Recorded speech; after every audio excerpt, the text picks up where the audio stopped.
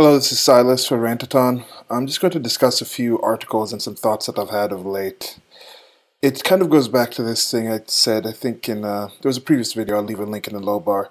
I was discussing how I'm starting to use the term male, female, boy, girl, woman, man in specific ways. Because what does make somebody a man? What does make somebody a woman? It's not just simply being male of a human. It's, in my opinion, the term man and woman are to define a human male or female that has achieved a certain age or responsibility, that accepts their agency, grants agency to others, and in general is responsible for their actions and holds others responsible. So let me just jump right into the articles. These are the few of the articles that made me think of creating this post. The first one here is by the New York Post. Childish men are to blame for women having kids late in life. Now, I'm not going to go over too much of this, but this is just a general trope. One thing I discussed with some friends, as you see here, it's 34-year-old Kate, works in finance. 41-year-old Susan, Upper East Side. And there's Joanna from the Upper West Side, 32. Again, this is focusing on New York City. It seems to be, it's a New York Post, so of course it's focusing on New York City. But I think there's a general mistake people make by focusing on city life and then transposing that on the entire country, when the life in cities is often quite different from the majority of the country. Links to all the articles will be in the low bar for you guys to look through if you want to, but I'll focus on certain parts in it and just give some short commentary. I'm not going to read through all of them. In this one, there was this part here. The census labels childless, college-educated women over age 35 the delayer boom, as if gathered together in a collective conspiracy in defiance of motherhood. Others dub this cohort career women, as if we made a choice between having a family and a career. They are no career men, mind you. Some blame women for being naive about their fertility, as if they had no monthly reminder of our own ticking clock. Okay, just a few things on this one. The delayer boom thing. This is just a term that people say. It doesn't mean all women, of course, not all women, hashtag whatever. But it's not a collective conspiracy. Technically anything is a conspiracy. If three of us got together and planned to go somewhere in the weekend, we're conspiring to do something in a way. But in this situation, there is a choice. When people are coming together and planning, let's get more women in the workforce. Let's get the enrollment of schools up. And now I think it's about, a friend just shared this with me, 34% of female enrollment in schools versus male enrollment in institutions of higher learning, schools at universities, colleges. So they're getting more degrees now. So there has been an effort. For anyone to claim that there's not a concerted effort in the West, in the world in general, to get more women or females into school, into careers. And there's been, along with that, a certain malignment or claim that motherhood is not a goal to really strive for. That is happening. So for this person to write that, that's a denial of reality. Now, others dub this cohort career women, as if it made a choice between having a family or a career. Having a family is a career. You just choose a different career. It's a job. It's a tough thing to do. And this idea that there are no career men, mind you, they are career men always. There's all this story of people being workaholics. You see a woman who cheats on her husband. Oh, the husband wasn't there enough. She was too focused on work. He was never there for me. And this term salaryman, the Japanese, I think this mostly comes from Japan. At least a good example. Look at the Japanese salarymen who work themselves to death. That's a thing. The salarymen have occurred, but a lot of times in society, men are invisible, males are invisible, so this is not really noticed. Some blame women for being naive about their fertility, as if we had no monthly reminder of our own ticking clock. Now, even if you have that monthly reminder, you also have birth control pills. We have other forms of birth control that I'm pretty sure can't even change the occurrence of that monthly reminder, which I think they're talking about the menstruation here. So the trouble with all this finger pointing is that it leaves out half of the baby making equation, men.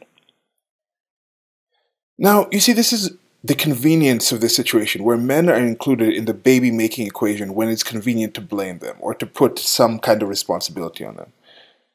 And you'll see this in other cultures, other areas. I'm just going to use the certain African American urban communities as an example.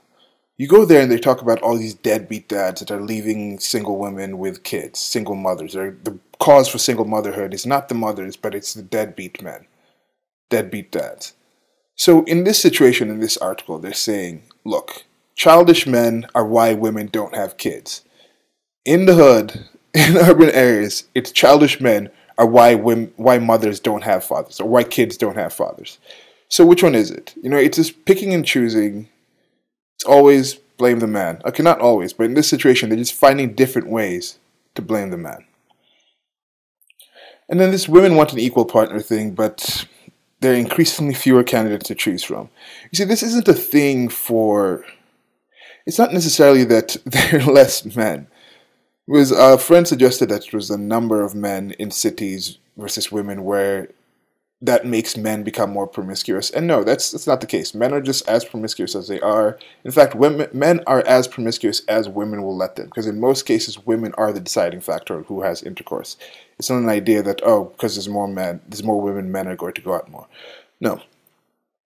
In this situation, also this idea that women want an equal partner, they never really define equal. And this is a common thing. Whenever I see this term equal right now, I'm very suspicious. In any sort of social sphere, we want equality, we're fighting for equality. What does this equality mean? And there was also another interesting article that I might include that discussed how women actually don't like this equality of roles. They actually want defined roles in relationships. Okay, let's just discuss this right here, this image right here, before I jump into the next article. This image right here, you can see the pizza, electronics, beer, playing video games, dressed casually. So this is supposedly childish. This is the image they're using for showing childish men. I was wondering, what is the equivalent of the women who wear just tons and tons of makeup, spend a lot of time, probably an hour a day putting on makeup, spend a lot of money buying makeup products, learning about makeup, going on YouTube, thinking, what are some major YouTube or online video channels?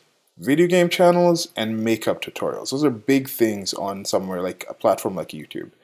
So I think video game channels will be more on the male side. They're getting a sense of achievement there, competition. They're getting that male... The male urges are being satisfied through video games. Whereas for women, it's the beauty, it's the appearance, and they get that through makeup. So... here you have a situation where there's this other article about plain Janes have it easier on me. Unlucky in love shop assistant claims she's too good looking to find a boyfriend. This is from the Daily Mail. So I'm going to scroll through and you can see a couple of pictures of this Miss Sharelle Naile. Sorry if I butchered that name. But there was a few lines in this article that kind of stuck out to me. Well, you can see it. She's attractive. I shared this with a couple of friends. Some people said she was hot. Some people said not.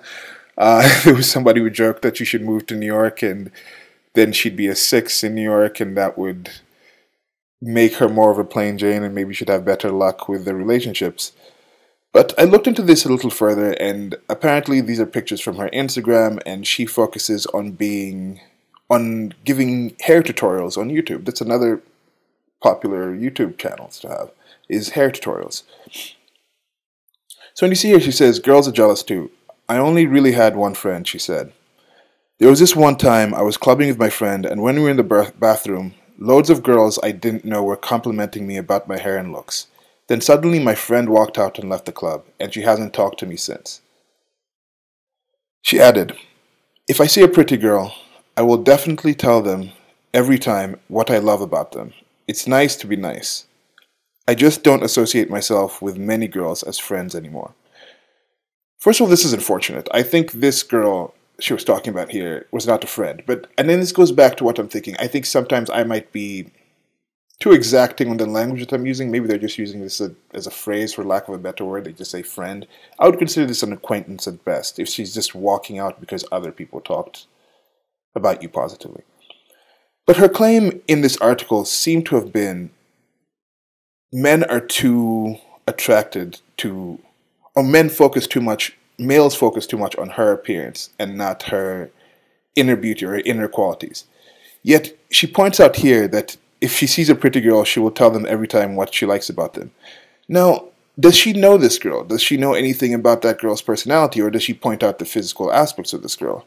Her herself has a makeup channel. She's, I mean, not a makeup channel, but a hair channel. So she's focusing on her physical appearance. And then she's focusing on her physical appearance, and then she's surprised why she's attracting people that are also focused on her physical appearance. This doesn't make sense to me. I mean, and I'm wondering with certain articles like this, are these articles kind of put out not necessarily to support this behavior, but instead to be kind of like a warning? Kind of like when somebody has a story about somebody who smoked and had cancer and goes to the doctor, it's not necessarily saying, yay, this is a lifestyle you should seek, but it's saying, look, this happens, avoid doing this, don't be this person. And I feel like it would almost make more sense that some of these articles are that kind of situation.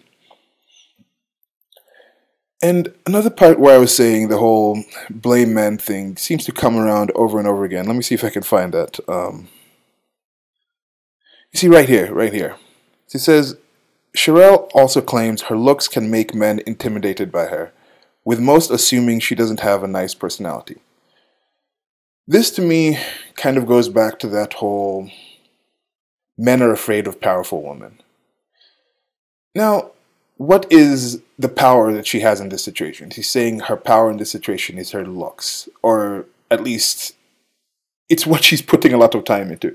But you see, there's this claim, men are afraid of powerful women, and they say, okay, men also objectify women for their looks, and they don't care about their personality. Then it's like, yeah, if a woman achieves a lot in her life and does a lot and is, let's say in a more workplace situation, she's a high earner or she's a partner in a law firm, she'll come out and say, okay, now it's not my looks, but now men are intimidated by my success. So it's kind of damned if you do, damned if you don't. Men are always intimidated. That's the kind of situation that seems to be pulled by these stories. Now, another situation with this story in particular is she is a single mother.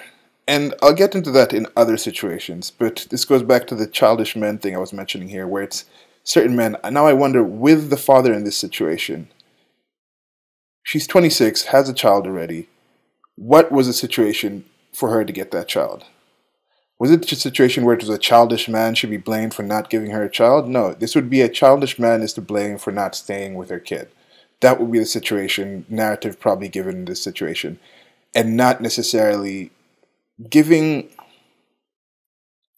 Miss Naila any agency in this situation, which to me takes away her womanhood. It makes her a girl at most, or just a female, just something that is acted upon. When no, she has responsibility in this situation. And a friend was telling me about how this was, sometimes there are these fake stories. Okay, not like I said with a friend, an acquaintance, somebody chimed into this story when I shared it and said, this could just be a fake story that they take pictures from Instagram. And if you go to Miss Nail's Instagram, she has a couple of videos explaining some parts of this article. She doesn't address all of it. I mean, there's a lot of things here. And apparently what happens with these things, I said, okay, if it's fake, I hope she sues them. But the person said, oh no, the complaint is normally lodged and the article is taken down. But I don't think the article is going to be taken down. I think they probably have recorded this. They've gone through the due diligence to find out that this is actually what she said. I am skeptical about the news, and I do expect that they probably took some things out of context. But the general, as I told this person, the general idea behind this is not new. I'll just pop through a few other articles. Okay, being too beautiful is bad for your love life. How being good looking makes you more likely to cheat and be attracted to others. Okay, yes, if you look good, more people will be attracted to you.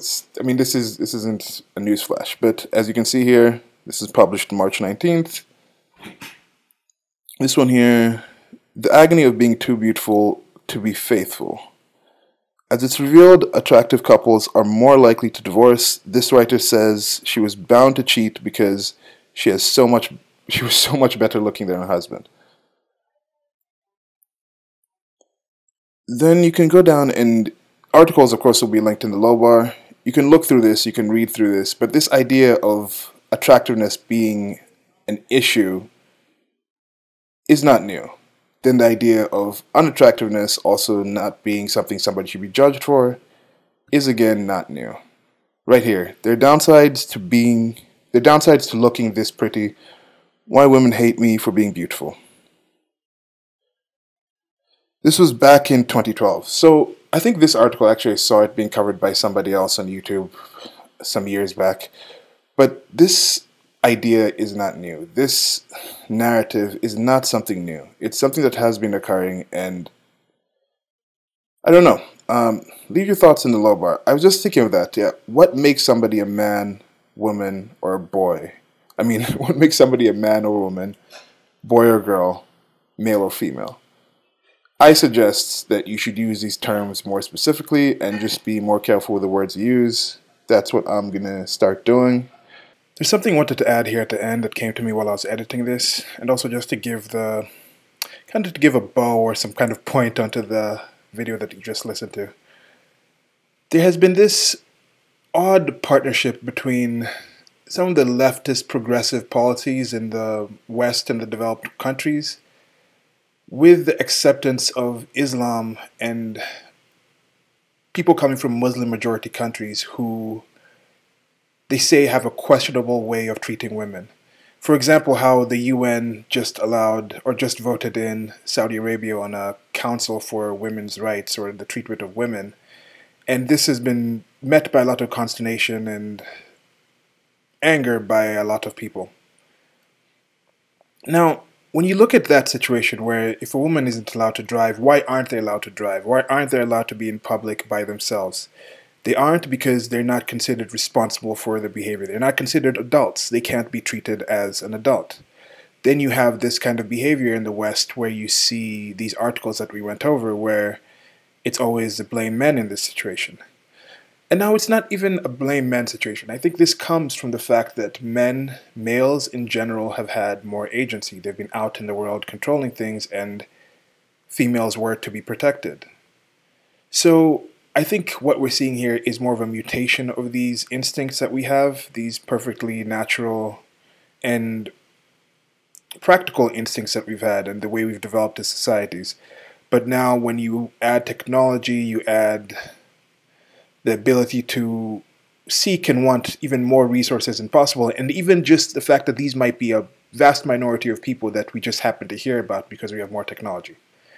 So I'd like your thoughts on that. How much do you think this is just going back to actually, or how much is this behavior actually just a mutation of traditional gender roles where we're taking to the point where females lack any agency whatsoever besides maybe just over their physical selves, but then males have this super agency over things that they technically have no control over. Okay, thanks, bye.